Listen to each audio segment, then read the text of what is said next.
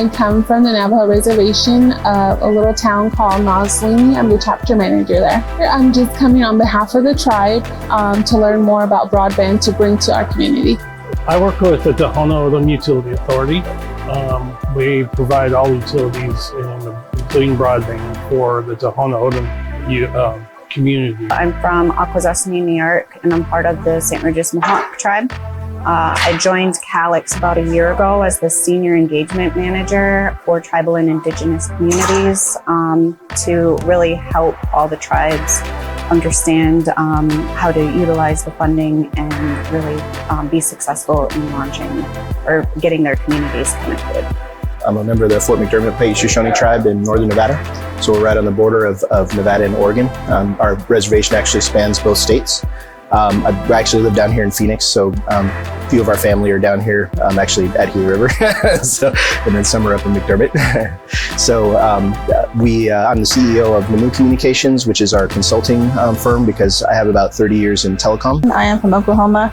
I'm with Chickasaw Nation, and we do, I work on the grant side, on compliance, the compliance end. Yes, this is my first time here. Like I said, we're gonna try to get broadband in our area, so I'm learning more to come into the conference. The MTTA Summit, I've been at the utility for about a year and a half, and I've attended 3 summits so far. And every summit I come here, I get a lot of valuable information from the vendors. I also make connections with the federal and state representatives of each the organization we deal with.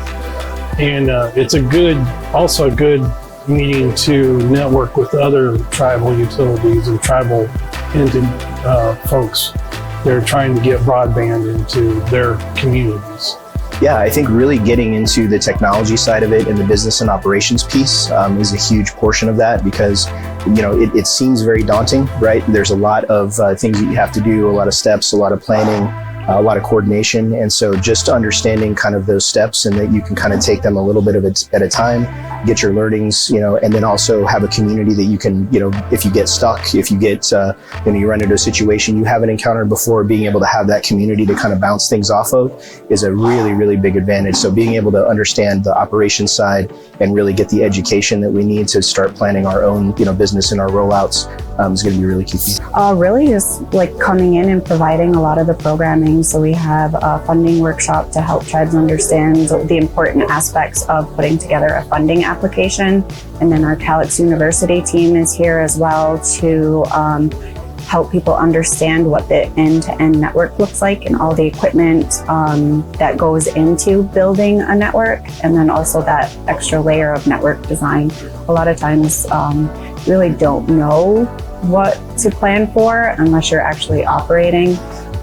So really taking all of the lessons that I learned from working for my own tribally owned ISP, and using that experience and sharing it with other tribes as well to help ease a lot of their frustration. This is my first time with the Broadband Summit. I like that the federal agencies show up and that you get to have time to talk with them and ask questions. I have seen our Oklahoma our representative here, so getting time to speak with her.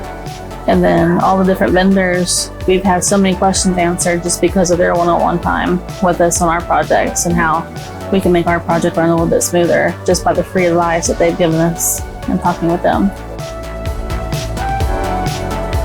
I think more of it is the grant too that brought me here, was to understand about the grant process, who is going to give out the grants and what are the requirements. I'm here just mainly to learn more about the broadband industry. I'm pretty new to broadband. Every time I come, I learn more and more stuff about what it takes to operate the broadband and be able to sustain a system. Yeah, a lot of it is really around the planning on 2 portions, the business launch side of it and what's kind of required.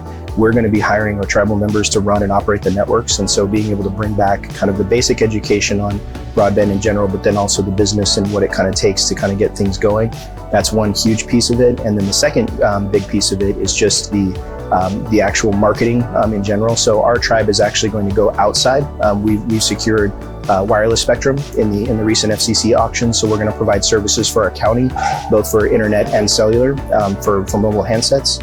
And so being able to actually take a lot of that back and understand from a planning perspective how we roll out those services and how we do the support long-term, that's another huge piece for us, is how do we not only build the networks, but then how do we sustain that for generations and make sure that our people are still managing the networks, right, 20, 30, 50 years from now when we're done and we can hand this off to, to the next generation.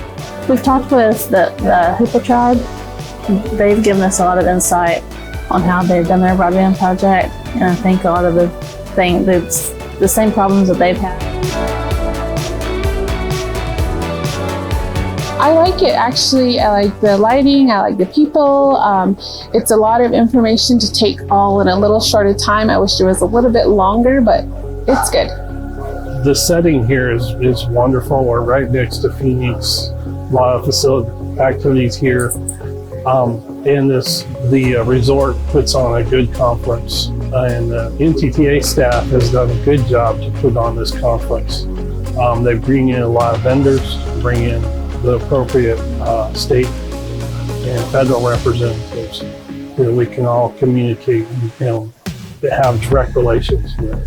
It's great. I mean, having everyone together is really important, because it was actually brought up in the boot camp yesterday, the Tribal Broadband boot camp, that the more we can share common experiences and the more that we can kind of share knowledge across the board. There is a significant lack of knowledge of broadband in general and telecommunications, obviously, in Indian country. So we want to put a big focus on sharing as much knowledge as possible. I know when we started the FCC mapping process, when the broadband maps came out in January, we did a lot of information sharing with the local tribes in Nevada, including the Intertribal Council of Nevada, because there's a lot of errors in the mapping. And so there's a huge process to kind of go through to make those corrections and to get everything prepared for the upcoming BEAD funding.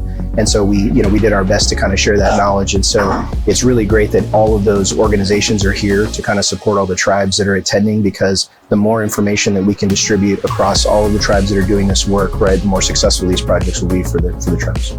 I love it. I love that there's a room to get away from all the noise and all the vendors. And I mean, it kind of turns into like a social room. You get to meet tribes from all over the nation. So far, yes, going to the booths and everything like that has given me valuable information to take back to my community and see what they would offer, like if they wanted to, I guess, going down as far as infrastructure of digging and trying to build up the tower is a lot of, I guess, information that I needed that I wasn't aware of. I've made some. I've met new people every time I come here. I meet some new people, and either from just the tribe, other tribes, or just from some new vendors. Oh yeah, so we've already made connections to the Tribal Broadband Boot Camp, with Chris Mitchell and Matt Ratanen. So we're coordinating some of the attendance for some of the boot camps coming in the fall. We've also gotten a hold of the Native Nations Task Force, so we've been working directly with them on the FCC broadband map challenges. And then obviously we've had the preliminary conversations with NTIA to kind of go through some of the planning for BEAD, as well as TBCP round 2 and some of the other initiatives coming out around the wireless spectrum, things like that. I always do. I always get to meet new people every time. I met someone that's interested in more education, so working on the education side within their tribe to let the youth know that there are jobs in the telecom industry, because there's that lack of knowledge that you can have skills and work specifically in the telecom industry, and then there's a shortage in the workforce really too. That was one of my favorite interactions, is that someone has that vision and is trying to find resources to execute it.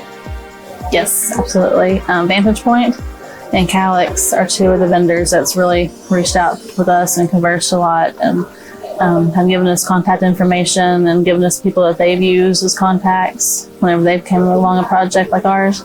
And so that's helped us a lot.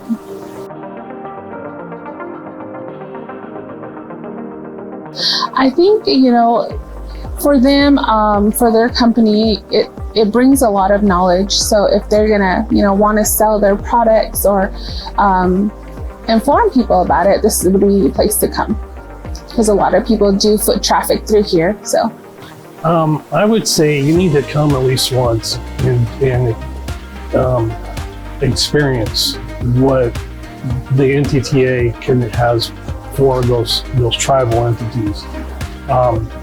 You can't just sit on the sidelines and say, I'll do that next year, because next year you're going to be doing that every time. So just take the leap and come and see what it's all about. It's the meeting the people and being able to listen to the presentations that are presented, and it's all the information. There's more information here than you're gonna be overwhelmed, but at least you're gonna get something out of it. Yeah, as an associate member of the NTTA, our company is an associate member. You really can't find this kind of concentration of education and community and just knowledge really anywhere else. A lot of the industry conferences are really focused on a specific technology like fiber or wireless, and so having something that's very purpose driven and specific to tribes, because we have very unique needs and challenges, of course, in our deployments. That's really, really helpful, because we can really get into the problems and then figure out how to solve them. Whenever you get to see how your grants are actually working and not just the paper end of it, it puts it in a whole different aspect in your mind. And you actually get to see how people are being helped by it. And so I think seeing how big the need actually is here, I think that's been probably the best eye-opener for me. I mean, it's a great summit because there's just so many tribes here focused on getting broadband to their communities. It's the only tribally run association that I've met that is just solely focused on telecom, and I think that is amazing.